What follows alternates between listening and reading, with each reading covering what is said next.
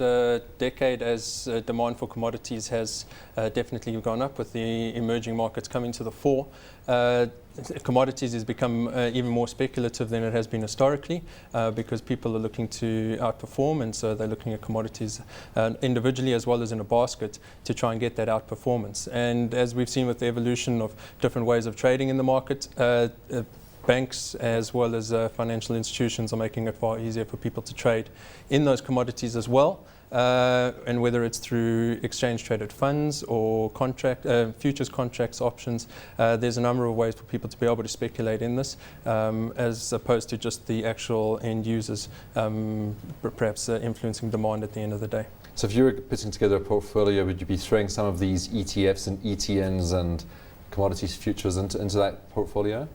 Well, we obviously manage a number of portfolios. Our primary mandate is equities, and we do invest in shares which mine a number of these commodities, and it does make up a significant part of our portfolio.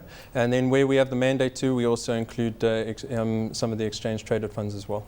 Well, just taking a look at equities, we had a nice turnaround today, so bouncing back from yesterday's losses, in fact more than making up for yesterday's losses, and it's really after the US firmed up overnight. It seems that the US was determined not to focus too much on Egypt, rather to focus on some of the fundamentals in that market, so say the earnings and the economy.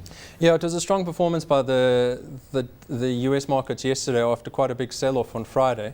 And it just shows that there's a lot of conflicting views in the market at the moment, and whether it's earnings, fourth quarter earnings season in the US, otherwise economic numbers that are coming out both in the US and internationally, otherwise situations in the Middle East as well. It shows that there's a lot of issues on the table at the moment, which is why we've seen a vast increase in volatility in the last 10 days as the market's trying to digest all these different signals. Overall, it seems yesterday that the US markets are choosing to focus on the earnings and the economic recovery, which continues to gain strength over there.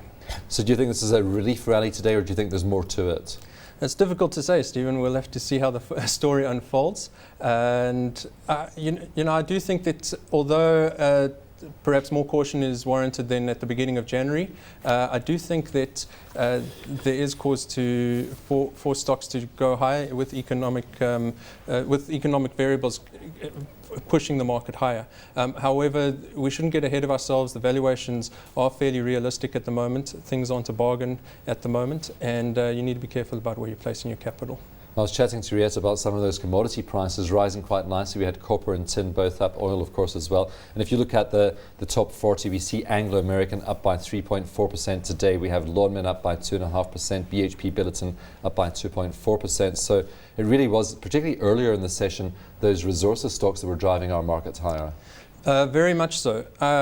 I think with with no new further developments out of Egypt overnight, it seems that the market was refocused on the inflation data that came out of Europe this morning. And because inflation is trending higher and above forecasts at the moment, people are looking to hedge themselves through commodities themselves, otherwise the producers that produce those commodities. And that's why a lot of the diversified miners are very strong performance today.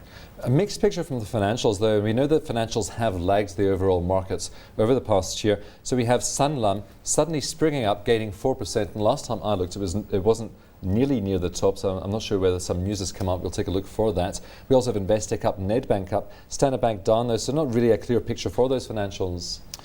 Yes, the banking stocks are still under pressure and have been for the last several weeks.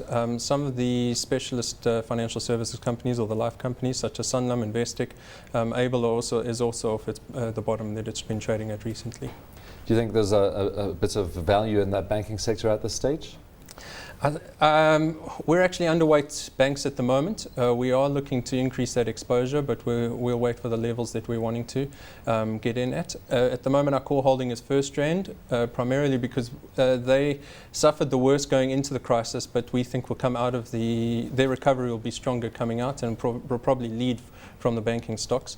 The other reason why we like FirstRand is potential corporate action on the stock as FirstRand is separated more as an asset with the Rand Merchant Bank unbundling, so that perhaps a foreign takeover might be in the offering.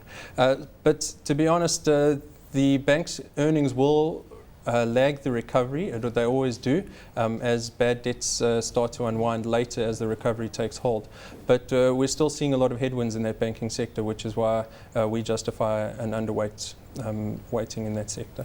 Bottom of the top 40 board today, Growth Point down by 1.2%, but the listed property sector has done very well. So do you think this is just a bit of profit taking among the listed property? I suspect a little bit of profit taking, and also I suspect that the view on interest rates has changed significantly over the last few weeks, which would be a headwind to the property sector as well.